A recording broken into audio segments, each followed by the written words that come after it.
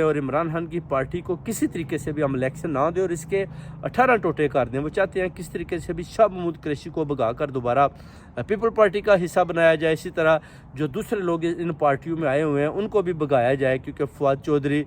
اس طرح جو دوسرے لوگ ہیں جو ڈیفرنٹ پارٹیوں سے آئے ہیں وہ اس چیز پر یقین رکھتے ہیں کہ اگر ہم تھوڑا سا پریشر ڈالیں گے تو یہ خود ہی عمران خان کو چھوڑ کر بھاگ جائیں گے۔ اور اس میں ایک طرح کی حقیقت بھی ہے، کیونکہ یہ پہلے جن پارٹیوں کے ساتھ تھے اگر ان پارٹیوں کے ساتھ انہوں نے اپنے جو حصے گزارے ہیں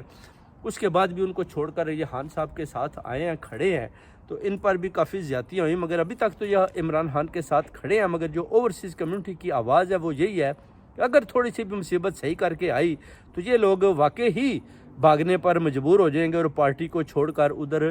بھاگ بھی سکتے ہیں۔ مگر جب تک عمران خان کھڑا ہے یہ لوگ اس کے ساتھ کھڑے ہیں، کیونکہ ان کو پتہ ہے کہ فیوچر جو ہے جو پی ٹی آئی کا عمران خان کا ہے۔